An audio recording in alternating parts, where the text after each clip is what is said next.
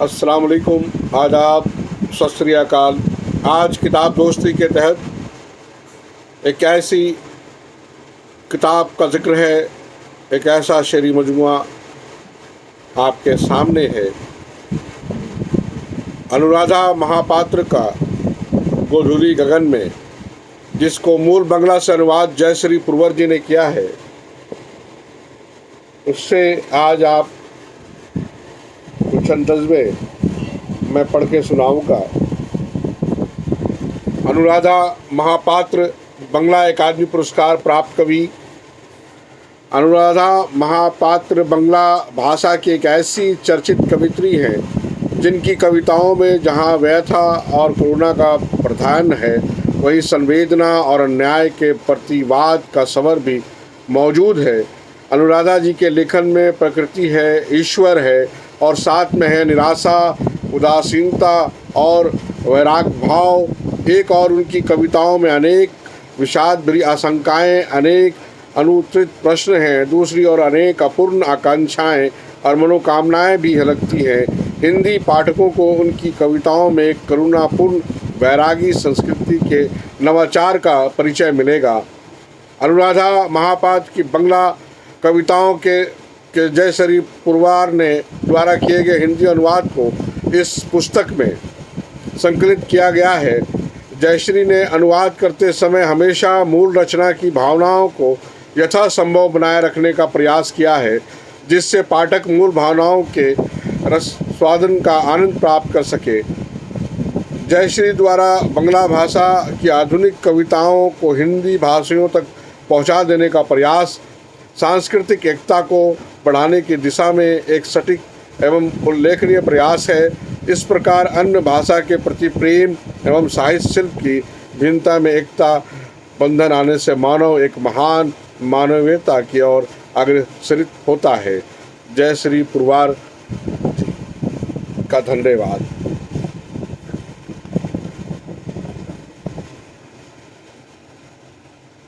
अनुराधा महापात्र 30 जून 1957 को नंदीग्राम पश्चिम बंगाल में जन्मी बंगला भाषा की कवित्री अनुराधा महापात्र एक नारीवादी एक्टिविस्ट भी हैं।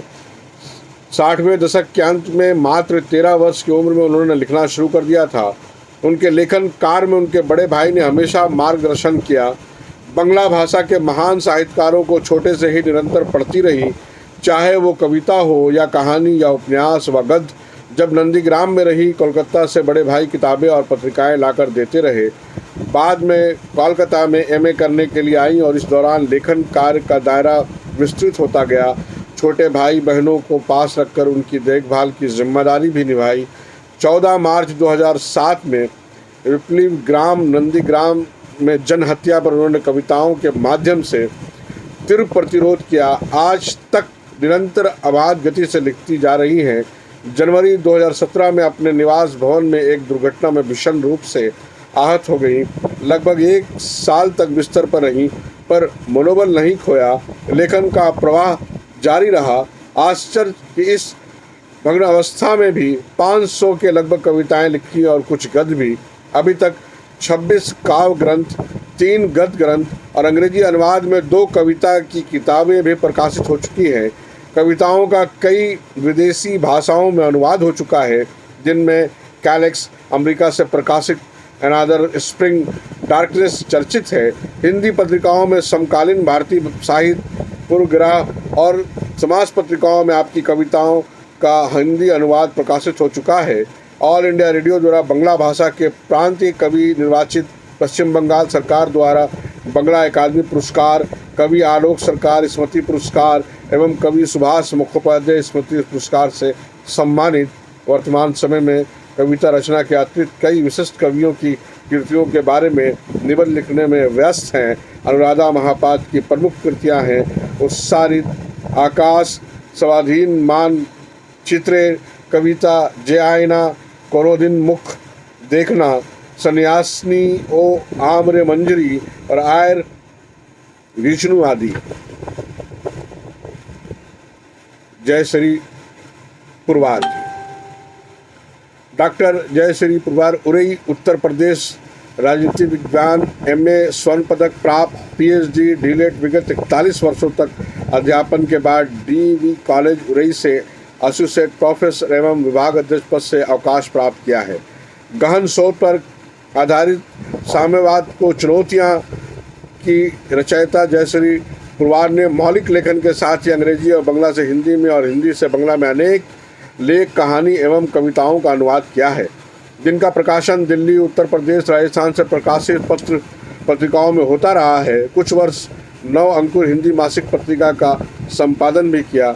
अनुवादित कृतियों में वर्तमान साहित्य का बंगला साहित्य शताब्दी विशेषांक 2025 बंगला कवियों की कविताओं का हिंदी अनुवाद, मैं हिटलर की दासी थी, पॉलिन कॉलर का आई वाज हिटलर स्मैट का हिंदी अनुवाद, एर प्रो किचू शेष रोए जाबे डॉक्टर विश्वनाथ प्रसाद तिवारी का कविता संग्रह फिर भी कुछ रह जाएगा का बंगला अनुवाद, संघ घोष की चयनित कविताएं, ज्ञानपीठ पुरस्कार प्राप्त संघ घोष की 81 कविताओं का बंगला से हिंदी अनुवाद, जन्मदिन की कविता मूर्ति देवी पुरस्कार प्राप्त कवि जय गोस्वामी की कविताओं का हिंदी अनुवाद आदि प्रमुख है।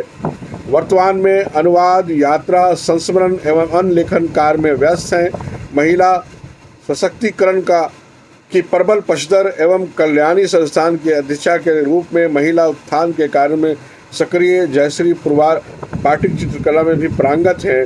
1987 में लेखन एवं संपादन के लिए देश के 10 विशिष्ट युवा पुरस्कार, 1996 में साक्षरता अभियान के लिए विशिष्ट पुरस्कार, 2013 में अनुवाद के लिए राष्ट्रीय एकीकरण पुरस्कार से सम्मानित।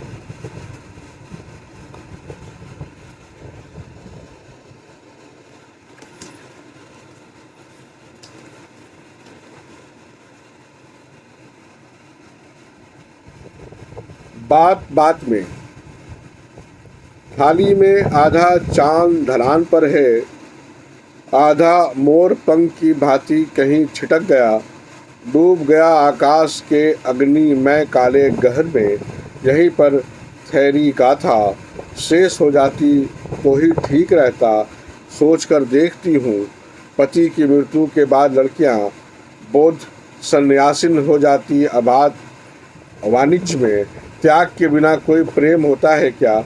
उदयगिरी से तथागत ने भेजा इतना ही संदेश, थाली पर आधा मन ढलान पर है और आधा रह गया शेष शाम के दिग्र विस्तीर्ण बालूचर में, शेष शाम के दिग्र विस्तीर्ण बालूचर में।